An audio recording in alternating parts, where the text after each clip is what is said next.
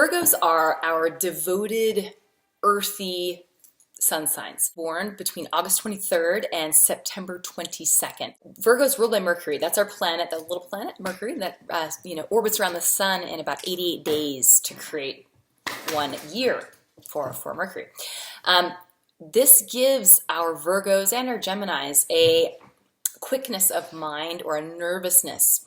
It plays out a little bit differently in Gemini and Virgo. In Virgo, through Earth, through this mutable Earth, you see an individual who is analytical. They appreciate categorizing things. They appreciate doing things a particular way.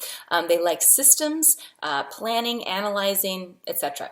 That's quite Virgo. Virgo is kind of misunderstood too. The symbol is the Virgin. And to me, I like to think of the Vestal Virgins and this idea of this sacred purity. And you can see that applied metaphorically in the way that they mentally process things. They're seeking for a perfect system, a perfect order and way of doing things. My puppy's crazy, he's playing with the stuff. Oh my gosh, that's funny.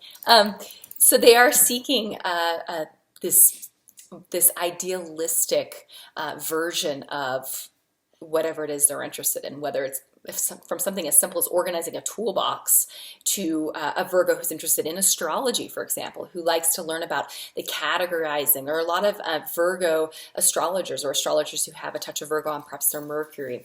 It's that interest in understanding how a system or a language or symbols, how these things all work and how they explain a deeper process or a deeper, more complex system. Well, high-functioning Virgo, you've got someone who is helpful, they're dependable. They many times operate in a, Virgo energy is an introverted expression of energy, okay? So many times they're comfortable in a role where they're serving someone else, whether it's through being an assistant or whether it's through perhaps just being in the background, or in a career where they're in a role where they're observing and analyzing from the sidelines. Now, in relationships, this can come out sometimes, we'll talk about this in the low-functioning part, but it can come out as criticism. They can be critical, but on the high side, back to the high side, they're devoted. You've got authentic, genuine people. You've got someone who's got a good eye for detail. They're good at again, analyzing something, breaking it down, making it kind of make logical sense. They like to be in the world of the here and now. There's a practicality and a sensibility to Virgo where they appreciate showing up to appointments on time. They appreciate, sort of doing their duty, like doing the things that they say they'll do. There can be kind of a Boy Scoutish vibe to a male Virgo. I know quite a few actually that have kind of that like do-gooder vibe to them. They've got, like I said, this dutifulness, and there's a responsibility there. And they don't have as much of a need for the ego. It's not they're not going to be directly motivated for ego strokes. So much as they're going to do things out of a place of it's just like the right thing to do, and they can't not do it that way. And they will appreciate someone who gives them ego strokes. Look at their moon too. You got anything fiery on the moon or earthy, they're going to be someone who really would like to get some little pats back. Now, Virgo is also quite hardworking. Kind of goes to being dutiful and responsible, but the sixth house, which is the Virgo house, has to do with our daily habits and sort of consistent patterns and the in and out of the minutia of life. And so Virgo is comfortable in the role of taking care of business, getting things done that maybe other people don't want to take care of. Low-functioning Virgo, you'll have someone that can be overly critical. I know quite a few Virgo females, and this is not, by the way, these are people that are some of my favorite people in the world, right? But Virgo females in particular can be kind of pessimistic because there's a realism there where they can sort of see it, and they've seen the patterns, they've seen people's behavior, and they've seen what happens when this happens, They kind of get like to this place where they become a little disillusioned because a Virgo, they'll show up, they do the stuff that it is that they say that they're going to do, right? They come on time, they, keep their appointments, they, go run to the grocery store and don't forget to pick up the ice for you, that kind of thing. That's Virgo. So when you don't show up, or when the world in general they get screwed sometimes, like we all do, they become a little disheartened and disillusioned by the whole thing. So they can be a little pessimistic and a little anxious as well. Anxiety is a big thing for anyone who has strong Virgo. I have a Virgo Mercury and Virgo Venus in the first house, and I know anxiety. It's because it's like they run at a higher speed than a lot of other people, even mentally, because this is Mercury, which to me is a mercurial a planet. It has to do with the mind. There is a nervousness. A lot of, like, if I was to think of a stereotypical Virgo, they would be quite thin because they're busy, and there's a nervousness there, and there's a anxiousness that's there. So sometimes can have issues with insomnia, things like that. They have high standards. Now, Virgos are idealistic, just like Pisces. To me, this is like this axis of service, and it's this idealistic, value-driven axis. So they appreciate they have a hierarchy in their mind of how things should sort of operate. And so they'll appreciate when they'll want things to be up here. And they'll also kind of realize that to have things up here is going to be really difficult. Like, they know that they're perfectionists. There's quite a realistic, that's almost, I think, their strength and their weakness, right? Like, they can really see themselves a lot of times. They can see all their shit. And so they sort of feel bothered by that because they personally aren't able to hit their own, standard of what they think is ideal. And so they can project it onto other people or relationships, or just assume everyone else we're all a bunch of screw-ups as well, kind of a thing. So they also can be martyrs sometimes. You got this with both Pisces and Virgo, this axis. Anyone who has these zodiac signs strongly noted in their chart. Because, again, it's this ability to give and give and give and give, because it's kind of just, they operate better in the place of taking care of something else behind the scenes, taking care of someone else's problem and fixing it, rather than maybe receiving care from someone, like someone taking care of them. That will make them a little uncomfortable, because that means that they're failing at whatever it is that person has to take care of for them. Remember, they're Virgo and they want to do things to this level. It's like an ideal, and that means that they're not. So they're like, oh, I'm a big loser because you're taking care of me. This is really uncomfortable for me. Even like gift giving, a lot of times Virgos are, again, look at their moon, all the other thing, they're Venus, but a lot of times gift giving, receiving gifts can be a little awkward for Virgo, or they can be someone that you're like, I'm not really sure what to get for that person exactly, but ultimately they'll enjoy it. So gifts. But Virgo in love. So because you've got a person who has these, pretty high standards, this applies to their love life as well. And when they fell in love, they have thoroughly sort of analyzed the partner first. Now, I've got a friend who has has an Aries moon, and she's a Virgo. And she's quite spontaneous in love, and she's married now, but when she's dating, she's the kind of person who's very fun and would very much that Aries moon, independent spirit, want to do what she wanted to do.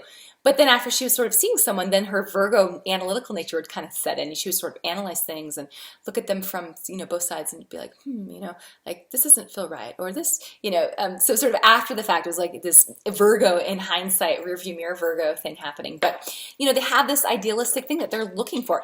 A hard thing for an idealist is you might have to just come to the realization that there really isn't an ideal. There is in your head, but as soon as you make something move from the mental space to the physical space in the form of another human, good luck. It's going to be a daily for Virgo. It's got to be a daily recommitment to this other human being, and that recognizing that they're not going to meet the Virgo standards, just as the Virgo doesn't meet their own standards, and that's okay. So sometimes Virgo, with this, they can be the high standards. They can also, though, it's really interesting, they have high standards, but then they'll also kind of stick around. So they can be a little sort of passive-aggressive or codependent even. I use those terms very cautiously. I don't mean that Virgos are codependent or that Virgos are passive-aggressive. I'm saying think of what that sort of looks like when someone's codependent, when they want to support another person or take care of someone else's needs and keep another person sort of in a place of like addiction or like in a place of weakness so they feel needed. That can happen with Virgo, okay? And so you can sometimes see Virgo Pisces types get with like these narcissistic types, which would be more your Arian, Capricorn, Leo-ish type individuals, okay? So with a Virgo, you have got this devoted partner. The Virgo in love is devoted. Their devotion just you know, it's not the Piscean devotion, which would be this merging spiritual oneness thing. It is more like the Vestal Virgin, you know, worshiping the object of their love. They are sacrificing their carnal desires, you know, to perhaps be with other people, to devote themselves to the one they love. Okay, so think of it as almost a religious experience, because the Virgo sort of symbolizes, it's the virgin, it's the human here on earth looking up to the divine, and Pisces on the opposite end is just that merge of the divine and the earthly. Okay, so Virgos in love, they need that devotion in their partnership. A lot of times Virgo males will put females up on the pedestal, and you know you're going to fall off, you're going to jump off, or you're going to get pushed off when you're on a pedestal. So being on a pedestal is not comfortable. So Virgo men, don't do that. There's a certain level of devotion that should happen. And you know, when I say devotion, it's like this religious devotion. There's a certain amount that should happen in any relationship, but it should go in both directions. Okay. Okay. Oh, and also, so the thing with Virgo is they are looking for the one.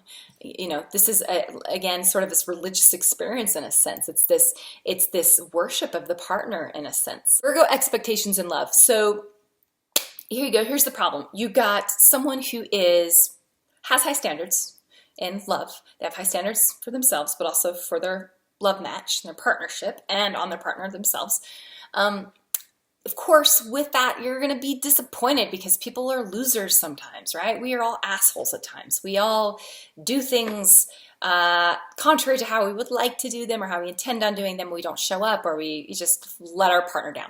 So Virgos get disappointed at times. So their expectations in love are kind of, in a sense, it's funny. It's like they sort of have these high standards, these ideals, but they like know because they're so practical. They're so damn practical. They're like, you're not going to be able to meet my ideal, my standards. So it's kind of, it can almost turn into like a pessimism, like, oh well, I mean, it's not going to be what I want it to be, and so they can just not go all the way in, even sometimes, you know, or hold back and still hold on to this little idea, this ideal love that exists somewhere out there in the ethers that they'll never get to.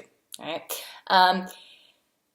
Because also when they do really love you and they have that devotion to their partner, they get disappointed. They're let down many times by their partner, right? They realize, I love you fiercely, but you might not be able to do it in return. Okay. And so self-sacrifice, if you can do things for them where you're sacrificing something that matters to you for the Virgo partner, that will be something that really means a lot to them. Showing up for them, showing up, being a backbone, you know, being like a strong, united force. They do want to look up to their partner. And if you let them down, they sort of become disillusioned and they lose a little bit of respect for you. So you have to, you know, show up for them as best you can. And a Virgo will give you this sense that you want to be a better person. You want to be in a better place than you are right now. You want to live up to these standards that are actually really quite beautiful. They're ideals of what true, blossoming, divine romantic love looks like. Virgo's biggest fear. If we're thinking of this archetype of the Virgin, I always think of sort of this religious Virgin. It makes me think of nuns or the Vestal Virgins, whatever. That means the partner is God. The partner is divinity. It's the divine. Virgo is learning how to access the divine or the oneness, the same oneness that Pisces is all about on the opposite end. But they're learning how to do it from this place of object, subject, or like this place of they are this worshiper and the partner is the divinity. Now, this is very, you need to think about this in kind of a big abstract way, okay? But they'll serve the partner. They'll defer to the partner's needs many times, a Virgo, especially Virgo females. But at the same time, their worry, their fear is that their partner won't be able to love them in return in the same way. So, you know, you can have a dark Virgo, someone who is pretending to worship the partner and very charming and saying all the right things, but on the inside is not really going all the way in because they've lost kind of hope that anyone else can match where they're going to go anyway. So what difference does it make? So that can happen. So keep that Virgo feeling like they are your beautiful ideal of what love is, and that their devotion does not go unnoticed, and that you shine your light on them, you know, so to speak. If you're interested, if you really want to find out about the compatibility between you and your partner, you need to have an astrology reading done with an astrologer. The computerized reports are really cool, and you can order some great ones on Astro.com. They're great for giving you an initial sort of step into the compatibility between two people and learning about synastry, but there is nothing like an astrologer going over your charts, because we look at first the individuals, and we look at the synastry together, the chemistry between the two people, which is very complex. I mean, we're looking at hundreds of thousands of possible, I mean, really, there's probably millions of possibilities when we look at the synastry between two people. But we are focusing it on, these areas that are important and relative to romance and romantic compatibility, which a computer can't do. I mean, computers just databases of, aspects between two people, right? An astrologer takes these aspects, the zodiac signs they're in, the houses that they're in, sees all these patterns, this inner working, this mechanization of these two charts together, these two humans, these two blueprints, how they lock and key fit. And the astrologer is able to make some deductions that are much more enlightening than what you would see from a computerized report. So computerized reports are great. They're a good place to start, but most of them cost like 40, 50 bucks. You can get a reading with an astrologer. It takes 90 minutes where you can record it and listen to it over and over again. $189 is what I charge for my relationship readings. If you're interested in that, give me an inbox. You can go to my website. You can actually book an appointment right on my website yourself, get it all taken care of without even having to message me first. I've got my schedule up there. So very easy and a lot of fun. You do it via Skype or telephone or in person if you're here in Utah. Thank you so much for watching. I hope this was helpful for you, and share with your friends. Subscribe to the channel if you like it. I try to get stuff up regularly because it's my passion to share astrology with as many people as possible. So thank you so much, and see you soon. Bye.